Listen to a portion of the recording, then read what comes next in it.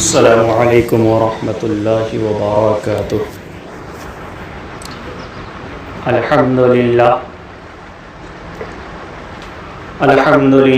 رب العالمین، والصلاة والسلام علی سید الانبیاء والمرسلین وعلی آلہ واصحابہ الی یوم الدین، اما بعد، اعوذ باللہ من الشیطان الرجیم، بسم اللہ الرحمن الرحیم، انا اعطیناک الکوثر فصل لربک وانحر ان شانئک هو الابتر۔ وقال تبارک وتعالی فی القرآن المجید والفرقان الحمید، فویل للمصلین الذین هم عن صلاتهم ساہون۔ وقال تبارک وتعالی فی القرآن العظیم ان صلاتي ونسكي ومحياي ومماتي لله رب العالمين، صدق الله العظيم وصدق رسول النبي الكريم، ونحن له من الشاهدين والشاكرين، والحمد لله رب العالمين۔ اللهم صل وسلم دائما ابدا على حبيبك خير خلق كلهم، اللهم صل وسلم دائما ابدا على حبيبك خير خلق كلهم، اللهم صل وسلم دائما ابدا على حبيبك خير خلق كلهم۔ قابل قدر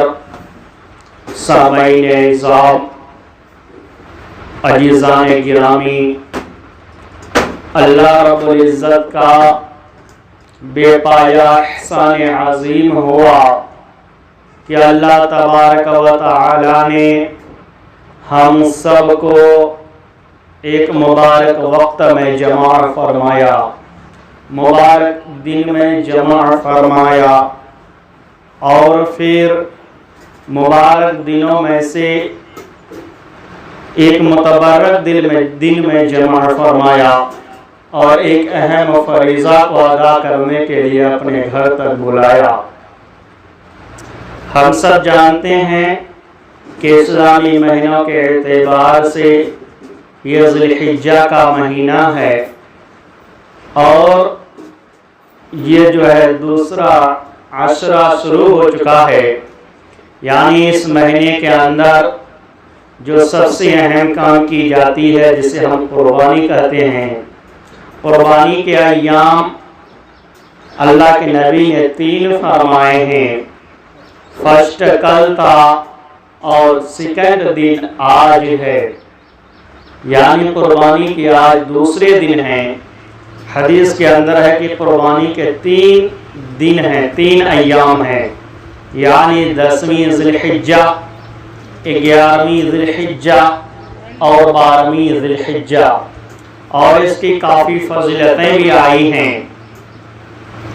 آقا مدنی صلی اللہ علیہ وسلم نے فرمایا ہے کہ سب سے افضل قربانی وہ ہے جو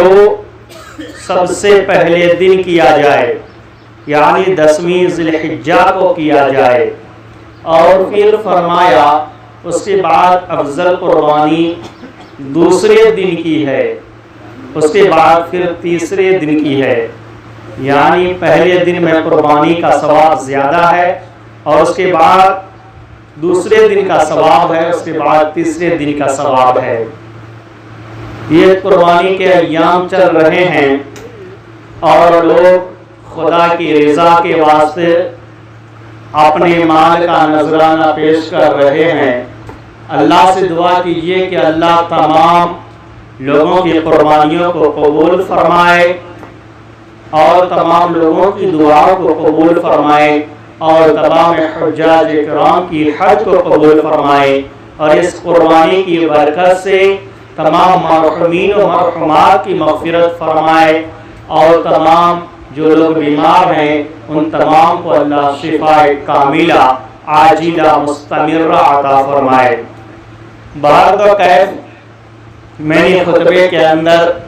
قرآن کریم کی ایک چھوٹی سی سورت تلاوت کی ہے، یعنی آپ یوں کہیے کہ قرآن کی سب سے چھوٹی سورت، الفاظ کے اعتبار سے بھی سب سے چھوٹی سورت ہے، اور دیکھنے کے اعتبار سے بھی قرآن کی سب سے چھوٹی سورت ہے، لیکن مسائل اور مطالب کے اعتبار سے بہت گہرا ہے۔ یہ سورت یوں ہی نازل نہیں ہوا، اس سورت کے اندر بہت سارے مقاصد حسنہ ہیں، بہت ساری چیزیں ہیں جن کو آقا مدنی جناب محمد الرسول اللہ صلی اللہ علیہ وسلم نے برداشت کی ہیں۔ ہم سب جانتے ہیں کہ اسلام مکہ سے شروع ہوا، ہمارے نبی کو نبوت غار حرا میں ملی، اور تبلیغ کا حکم سرزمین مکہ سے اللہ نے حکم فرمایا، تو آپ نے اپنے اہل و عیال سے دین کی تبلیغ شروع فرمایا، اور پھر آپ کو بے شمار تکلیفوں کا سامنا کرنا پڑا۔ کبھی آپ نماز پڑھتے تو کعبے کے صحن کے اندر آپ کے پیٹھ کے اوپر اونٹ کی اوجھری رکھ دیا جاتی تھی، اونٹ کی اتریاں لا کر کے رکھ دیا جاتا تھا، جس سے آپ کے کمر پیٹھ دب جایا کرتے تھے، آپ کے کپڑے گندے ہو جایا کرتے تھے، اور کبھی آپ کے گردن مبارک پر چادر کا پھندا ڈال کر گلا گھوٹنے کی کوشش کیا جاتا۔ کبھی آپ علیہ السلام مکہ کی گلیوں سے گزرتے تو آپ کے سر کے اوپر، جسم کے اوپر کوڑا کرکٹ ڈالا جاتا، گندگیاں ڈالی جاتی۔ کبھی آپ علیہ السلام کے راستے میں کانٹے بچھائے جاتے، اور اس حساب سے بچھائے جاتے کہ چلنے والے کو نظر نہ آئے، لیکن جب وہ پاؤں رکھے تو اس کے پاؤں کے اندر وہ کانٹے گر جائیں، تکلیف ہوں۔ اور پھر کبھی آپ کے ساتھیوں کو ستایا جاتا، کبھی آپ کو شیب ابی طالب میں بند کر دیا گیا، کبھی آپ کی مذاق اڑائی گئی، کبھی آپ کو پاگل کہا گیا، کبھی آپ کو مجنون کہا گیا، کبھی آپ کو جادوگر کہا گیا، کبھی آپ کو ساحر کہا گیا، کبھی آپ کو شاعر کہا گیا، کبھی بھی آپ کو دھوکہ دینے والا کہا گیا۔ ان تمام تکلیفوں کے باوجود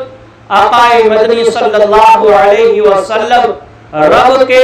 رضا کے خاطر اور رب کی محبت میں لگے رہے اور اپنے مشن کو آگے بڑھاتے رہے۔ معاملہ یہاں تک آ گیا، آپ کی شادی ہوئی، آپ کے گھر کے اندر اولاد پیدا ہوئے، اللہ تبارک و تعالیٰ نے آپ کو 8 اولادیں عطا کی، 8 اولادیں دیں،